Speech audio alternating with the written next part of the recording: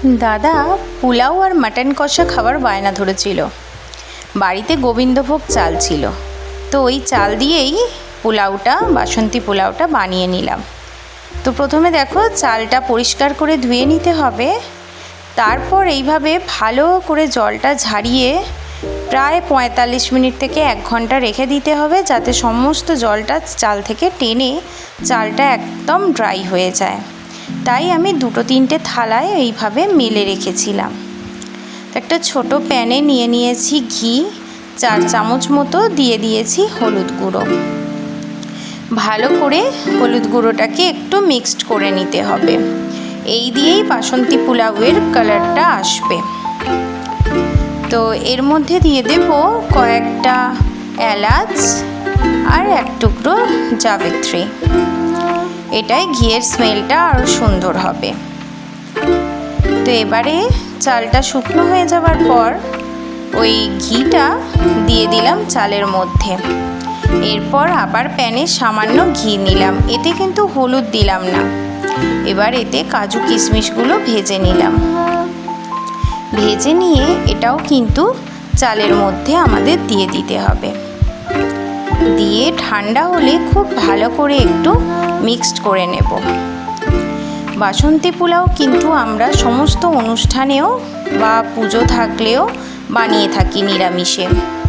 তো রেসিপিটা ফলো করো। এটা দিয়ে দিয়েছি আদা আর 2টো কাঁচা লঙ্কা বাটা, ওই 1/2 ইঞ্চির মতো আদা আর 2টো কাঁচা লঙ্কা একটু বেটে নিয়েছি। একসাথেই সবকে হাতে খুব ভালো করে মিক্সড করে নিতে হবে ঘিয়ের সাথে চালগুলোকে।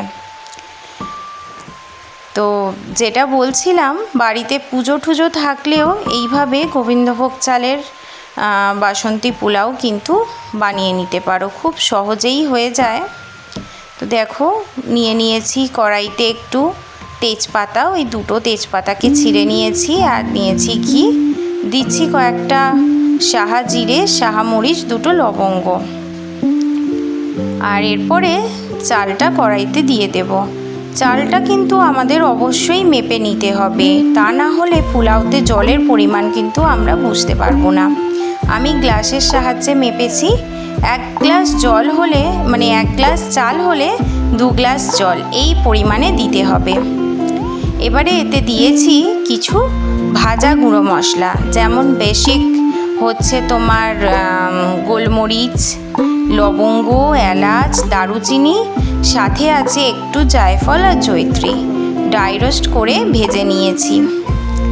আর তারপর ঠান্ডা করে গুঁড়ো করে নিয়েছি। সেই মশলাটা চালে মিশিয়েছি, দিয়েছি পরিমাণ মতো নুন, আর দিয়ে দেব পরিমাণ মতো চিনি। চিনিটা কিন্তু যে যেমন মিষ্টি খাও সেই হিসাবে দেবে। আমরা মিষ্টিটা একটু কম খাই, তাই একটু কম করেই চিনি দিলাম। খুব ভালো করে চালগুলোকে একটু কড়ায় গরম করে নিতে হবে। যখন দেখবে চাল থেকে খুব সুন্দর একটা স্মেল ছাড়তে শুরু করেছে, মানে অলরেডি পোলাওয়ের মতো একটা স্মেল কিন্তু ছাড়বে, তখন বুঝতে হবে যে চাল কিন্তু একদম তৈরি হয়ে গেছে। হাঁড়িতে নিয়ে নিয়েছি জলটা উষ্ণ গরম করে নিয়েছি।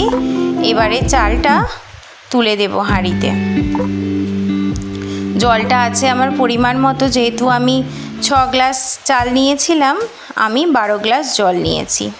ঢাকা দিয়ে রেখেছিলাম 15 মিনিট। 15 মিনিট খুলতেই ব্যাস ম্যাজিক, হাঁড়ি ভর্তি পোলাও। দেখো এই সময় দেখতে মাখা মাখা লাগলেও মোটেও কিন্তু মাখা মাখা নয়, কারণ এটা এখন খুব গরম, তাই এরকম দেখাচ্ছে। আমি একটা থালার মধ্যে ঢেলে ঠান্ডা করে নিচ্ছি। এরপরে দেখবে একদম ঝুড়ো ঝুড়ো পোলাও কিন্তু তৈরি। এটা ঠান্ডা হতে এখনও মিনিট 20 সময় লাগবে, তাই পোলাও বানালে সবসময় একটু আগে থেকে বানিয়ে নেবে, কারণ পোলাওটা কিন্তু ঠান্ডা করতে লাগে। ঠান্ডা করার পর পোলাওটা একটা ডিশের মধ্যে সাজিয়ে নিলাম। দেখতে পাচ্ছ কত সুন্দর লুক হয়েছে, খেতেও কিন্তু অসাধারণ হয়েছিল।